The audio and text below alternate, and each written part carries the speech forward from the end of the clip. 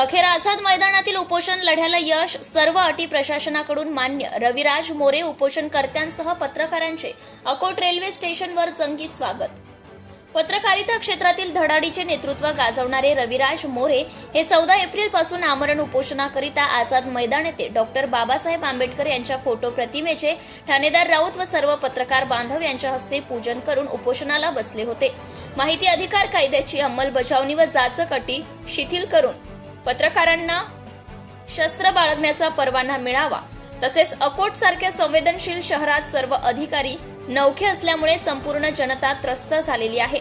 त्याकरिता अनुभवी अधिकाऱ्यांची मागणी सुद्धा रविराज मोरे यांनी उपोषणाच्या माध्यमातून राज्य सरकार यांच्याकडे केली आहे. मोरे यांच्या या प्रयत्नाला यश मिळाले असून सर्व मागण्या पूर्ण करण्याचं आश्वासन राज्य सरकारने दिले व तात्काळ अंमलबजावणी सुद्धा सुरू केली आहे. अकोल्यातील बोगस शिक्षकांच्या मागणी संदर्भात तात्काळ चौकशीकरिता शिक्षण उपसंचालक यांची नियुक्ती करून अकोल्याच्या शिक्षण अधिकारी सुचिता पाटेकर यांच्यावर सुद्धा कठोर कारवाईची टांगती तलवार रविराज मोरे यांच्या उपोषणामुळे उभी झाली आहे. रविराज मोरे यांच्या उपोषणाला अनेक पत्रकार संघटना व जवळपास सर्वच राजकीय पक्षाकडून पाठिंबा मिळाला आहे.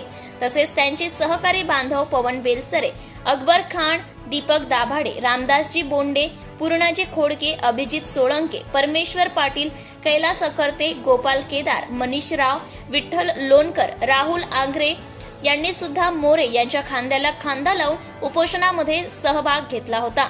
त्यांच्या सर्व सहभागाने ऐतिहासिक उपोषण यशस्वी झाल्यानंतर आज रविराज मोरेसह वरील सर्व टीमचे मुंबईवरून अकोट येथील रेल्वे स्टेशनवर थेट आगमन झाले.